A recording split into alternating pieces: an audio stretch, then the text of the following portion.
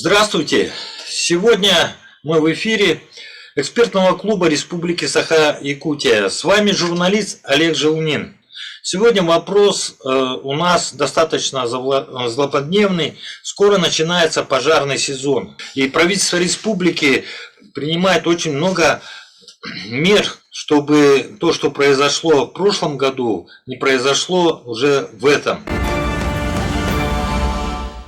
Меры, которые приняты, они имеют ограниченное свойство, да, и конкретное направление. Они будут действовать в пределах 15% государственных фондов Республики Саха-Якутия. Вот 2 миллиарда, которые есть, миллиард 600, по-моему, они будут применяться, чтобы сохранить и потушить лесные пожары на площади 38 миллионов га. А 216 миллионов га, так называемые зоны контроля, они находятся без обслуживания. Я же говорил, проблемы приносят они. Не леса, где работает система лесопожарная, а именно зоны контроля. На них идет прирост площадей лесного фонда.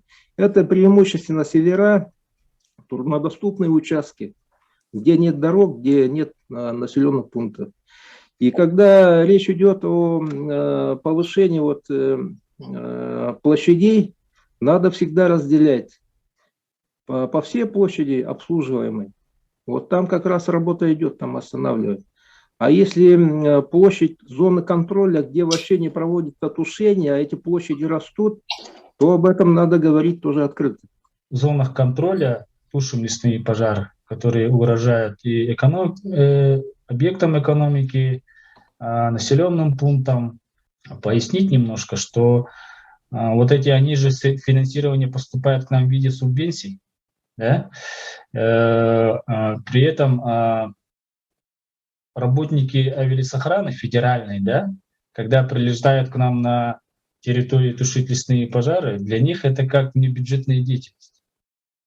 Для сравнения можно сказать, да, если наш работник стоит за час, грубо говоря,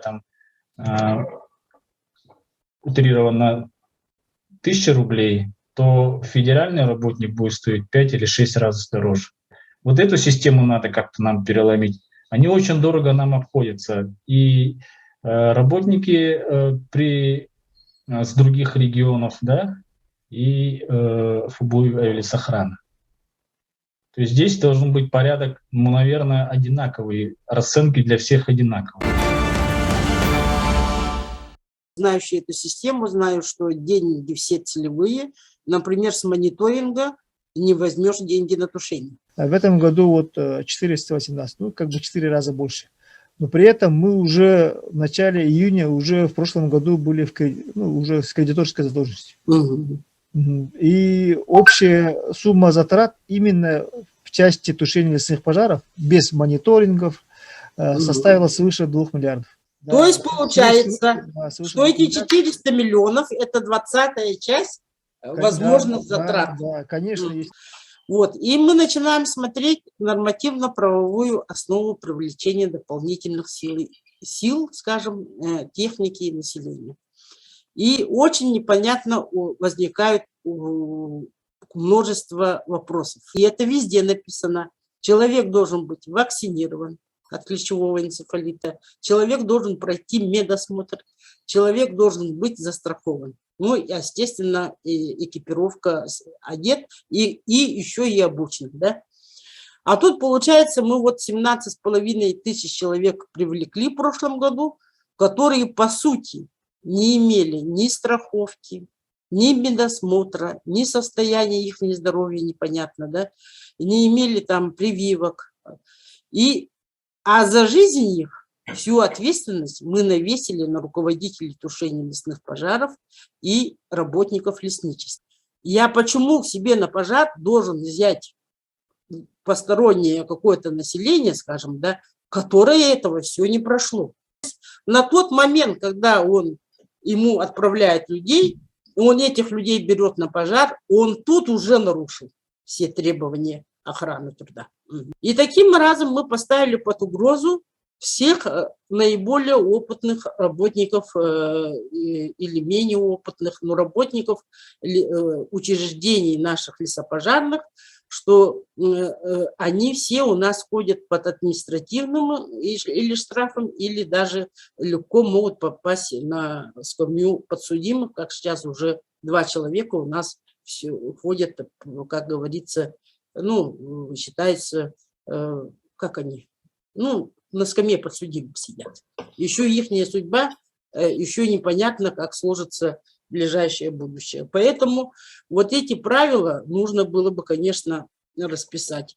Всех простых работников лесничеств, авиабазы и ГАУ на сегодняшний момент волнует момент организации вот этой работы. Ага, как мы будем вот действовать? Почему я должен принимать на работу неизвестно кого, кто пришел там откуда-то или даже по плану тушения? Так, теперь, если вот этих всех, кто сейчас в плане, сводном плане тушения лесных пожаров прописан, да, ага, на них-то тоже надо предусмотреть деньги на медосмотр, страховки и так далее. А это кто-то считал, во что это нам может вылиться? Вот эти все, по идее, все 17,5 тысяч человек, они все должны иметь вот эти необходимые требования. Конечно, мы максимально будем именно тушить лесные пожары силами своих лесопожарных формирований. То есть добровольцы вот, мобилизованы, они будут в качестве как бы резервной силы, скажем так. Когда, если там ситуация может, если поменяется, конечно, мы их будем вынуждены подключать. Будущий сезон, значит, как сказали, это тушить лесные пожары, это не героизм там и так далее, где можно себя проявить. Любой человек типа пришел, как вот Джилустан сказал, и я начал тушить, все это нет. Это не то. Поэтому волонтеры должны быть тоже обучены, должны пройти. Вот и как раз бы их, это, как его за этот зимний период бы кто-то и обучил бы. Костяк должен был. Они всех с улицы схватил. И вот я пришел, я сегодня доброволец, завтра поехал где-то. Ага. А потом Джилустан будет за него отвечать, что он там наделает, волонтер. Или еще подожгет лес еще больше, или наоборот, и сам сгорит. Поэтому должны только вот костяк такой быть, обученный, которые вот, если необходимо готовы, их вызвали, они, да, ваша помощь требуется, и они тогда туда идут. Плюс аккумулированные деньги здесь, в Якутске, на эти же можно создавать же такие же и волонтерские, ну, добровольческие дружины лесных пожарников и в каждом районе, которые пожароопасные. Но здесь самая главная проблема стоит в том, что вот эта ведомственная разобщенность. Леса федеральные, потом переданные полномочия, потом авиалесохрана федеральная структура, это региональная структура и так далее. На федеральных площадках поднимали вопрос о недостаточном финансировании и о том, что полномочия должны быть переданы на федеральный уровень. И в прошлом году тоже на уровне президента это обсуждалось. К сожалению, коллеги Рослесхоза не хотят, чтобы вот эти полномочия по охране лесов от пожаров были переданы на федеральный уровень. Они понимают, что есть проблемы, они понимают, что есть вопросы недофинансирования, они понимают, что нужно отвечать перед населением и перед руководством страны. Поэтому вот легче передавать как бы полномочия, достаточно или недостаточно их финансировать. И, конечно, период вот тяжелых моментов показывает, что субъект не справляется. Но это самый легкий вариант, и он не самый правильный. По поводу прогноза, потенциально можно предположить, что где больше вероятность пожара, исходя из горимости прошлых лет. Вот в частности, Горный Улус, он фактически горел в тех местах, которые в 2014 году был большой пожар, он как раз там не горел. То есть сгорело то, что в 2014 году не сгорело. Прямо чуть ли не 1 к 1. Поэтому, соответственно, такой прогноз можно составить. И космические технологии, о которых многие, вот, в том числе зона контроля, термоточки и так далее, она, в принципе, позволяет более точно предположить потенциальное место горения. Ну, еще генеральные планы поселений, которые существуют, они же, по сути, очень часто, когда ну, увеличивается население, строятся новые дома, очень часто там же происходят некие нарушения. Все равно они достаточно близко подходят к, особенно около самого края, и есть определенный риск, что они окажутся что рядом с лесом. Да, поэтому вот оценку генеральных планов по лесопожарной опасности с позиции МЧС, с позиции лесопожарной службы было бы хорошо провести. И я думаю, это не очень сложно, это простая методика. Ну и профилактика со стороны МЧС, нашего республиканских, есть подразделения федеральные, своеобразные, что нужно действовать, как действовать, и вплоть до того, что какие-то должны быть емкости на всякий случай. Ну и если под роспись жители бы расписывались, я думаю, они бы чувствовали свою ответственность. Ну и, конечно, единоначалие – это на самом деле большой бич. У нас сейчас много начальников. На лесном пожаре должен быть один начальник, и этот начальник руководитель тушения пожаров. Все остальные, хоть ты глава республики, хоть ты глава района, приходишь, первым делом обращаешься. Что, как ситуация. Ты должен помогать, а не командовать. Если ты командующий, то бери тогда полностью ответственность, как говорит Светлана Поликарповна, и веди до конца. У нас так и называются леса, не пирогенного происхождения. Накапливается горючий материал, хвоя лиственниц падает, потом раз ударила, значит, сухая гроза, и лес сам по себе очищается. Как бы самовозобновляется, сгорает все, те семена, которые упавшие не давали прорастать им, вот этот слой сгорел, который их покрывал, нет, все, это вот все выросло. Но если я вы правильно берете, понял, что вы можете посоветовать, где тушить, а где не тушить? да. Я Да, такой и в советское вопрос. время это было все тоже Дина. Ага. Это не выдумка не этого времени, Дина, ага, что там тушить, здесь не тушить. Дин. И поэтому я вот хотел бы посоветовать, да, вот это Министерство экологии Сергею Гавриловичу Галустанову, но более сейчас вот открыто население готовить, вот карты выставлять, да, все эти, чтобы в Инстаграме и этом, чтобы они видели и знали, где вы имеете право тушить, где он сам по себе, ну, зона контроля, значит, он там может гореть. Ага. Вот именно готовить сейчас общественность тому, что когда будут пожары и так далее, а никогда не начнутся оправдываться, почему мы там не тушим, а тут тушим и так далее. Нет. Если есть даже планы вот эти, как его, пожаротушения и так далее, все это нужно публиковать, что в этом районе столько-то. Где зона вашей ответственности, а где зона ответственности МЧС. И самое главное, вот профилактические работы. Если есть то, что запрещало муниципалитетам вырубать сухостой рядом с деревнями, все это было запрещено. И когда лесные пожары подошли, столько около деревни это. Раньше глава муниципалитета, нам нельзя вырубать, сказали здесь что. И даже хворост собирать им нельзя, их штрафовали за это. И на это надо брать. Валежник валяющийся тоже нельзя. Вот это все вот надо менять. И думаю, что вот как раз период подготовительный пожароопасного сезона надо готовить уже общественность к тому, что будет и как далее, где вы охраняете, где, как, какие работы проведены. В принципе, у нас многие главы, в принципе, они опытные уже. Не первый год там тушат лесные пожары. И прекрасно как бы знают вопросы. И... Кроме промышленных районов. Ну да, есть проблемы, конечно, по промышленности. Да, вот сейчас в прошлом году не горел Ленск, не горела Алекма. Ну, я считаю, что мало горели. Алдан, Нерюнгри. Ну, я 10 лет была главным лесничим республики. Вот если эти 4 района загорятся, это будет... Вот в прошлом году просто повезло, что они не горели. Вот если там загорится... Предложение, Гена, вот вернуться к тому хорошо забытому старому советскому, когда каждый директор лесхоза имел мобилизационный лист. Начался пожар, он заходит в любое предприятие, дает мобилизационный лист, говорит, все, вот столько-то работников мы у вас берем, столько-то техники у вас забираем. Столько законов. Поэтому у директора лесхоза весь перечень техники в каждом предприятии был. Все, вы отправляете их туда, за ними сохраняется заработная плата, когда они тушат пожары и так далее. Не Галустанов, он им уже платит, а их же предприятия, которым они работали.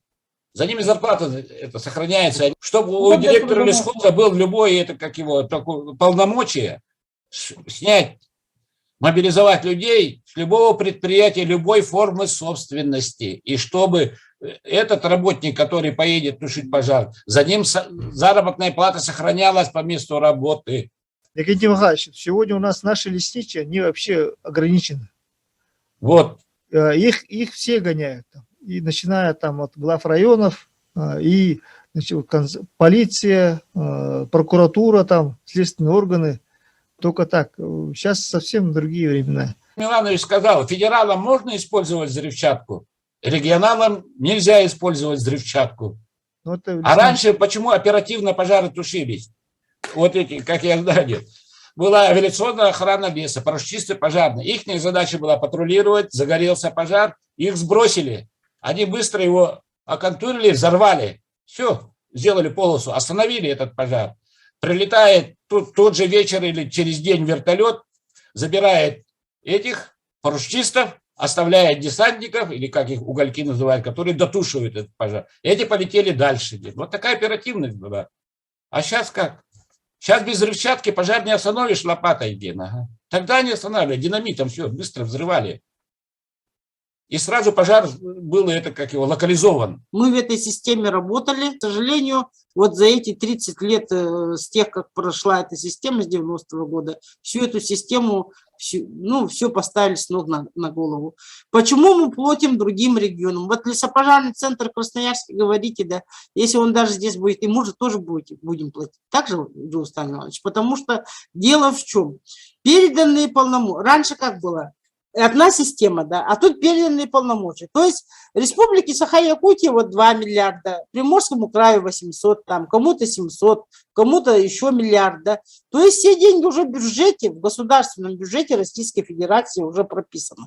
И, естественно, если с того региона кто-то приезжает здесь работать, это получается чужой карман, и ты им оплачиваешь вот этот карман. Доработка. Точно так же наши, если поедут работать, вдруг дождливый год будет, наши же тоже ездили. Были же года, 2-3 года назад, когда наши парашютисты ездили в другие регионы. Им тоже те регионы платили. Это разные карманы.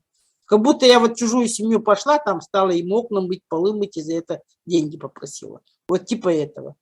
А раньше карман был единый. Поэтому и переброска была. Поэтому сюда приезжали и другие, и мы ездили в другие регионы, и тушение. А сейчас карманы разные.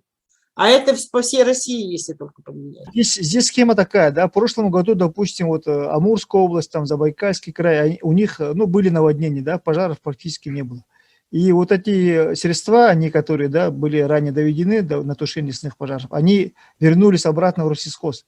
И мы, соответственно, из этих вот средств мы получили вот, из нераспределенного фонда Россельхоза вот дополнительное финансирование летом. То есть получается, они довели до Россельхоза, мы с них взяли вот эти средства, сэкономленные. Такая же схема тоже, допустим, у нас может быть. Мы возвращаем, другим субъектам уже там направляется. Давайте я свой прогноз скажу в лесопожарной обстановке на следующий год. Если ноябрь холодный, то май будет жаркий. Значит, в мае начнем гореть сразу. Смотря какой был ноябрь. Если начало ноября было чуть теплее, чем среднее, то, может, начало мая будет такое. А потом, как стало холоднее, значит, май будет и горимый, жаркий, да. Декабрь всегда соответствует июню. Если декабрь очень холодный, то июнь будет жаркий.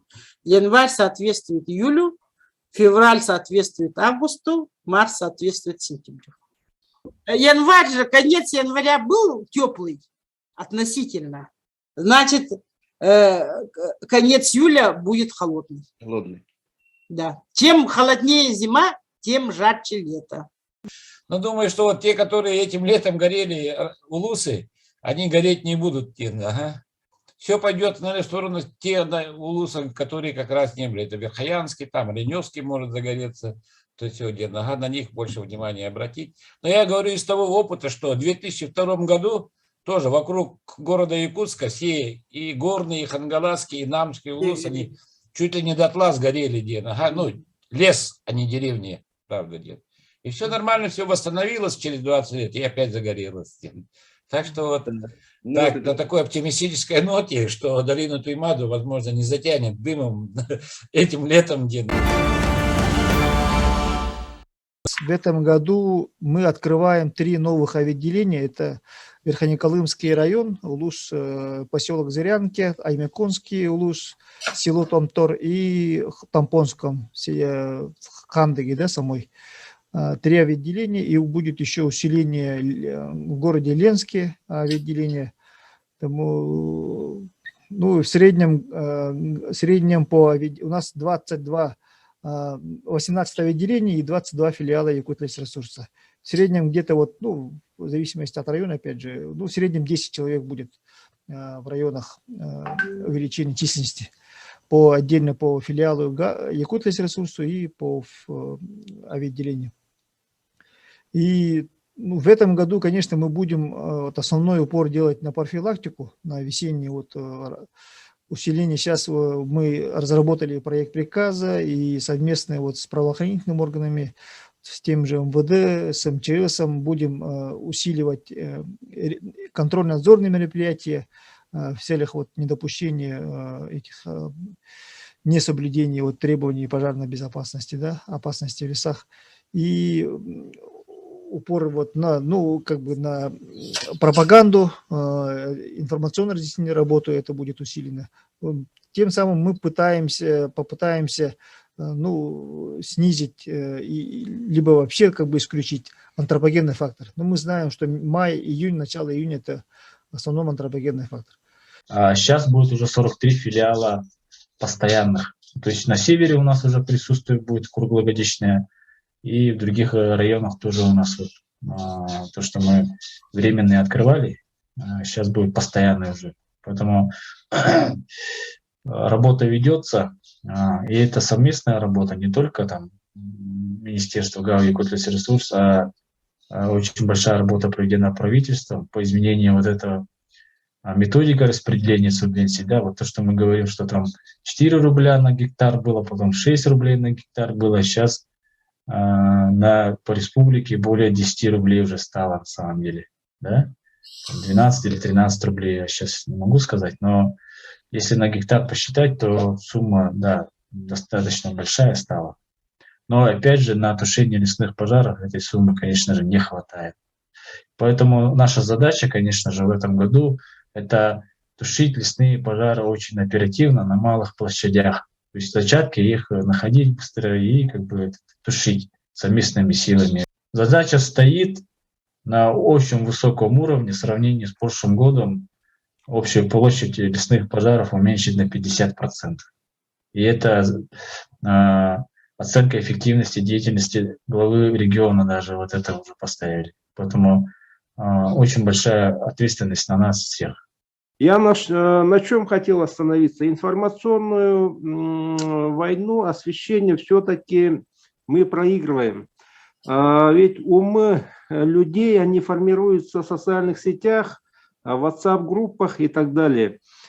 И без профессионального, вот, журналистского поддержки, да, журналистской поддержки, объективно освещать те процессы, которые происходят летом, очень тяжело.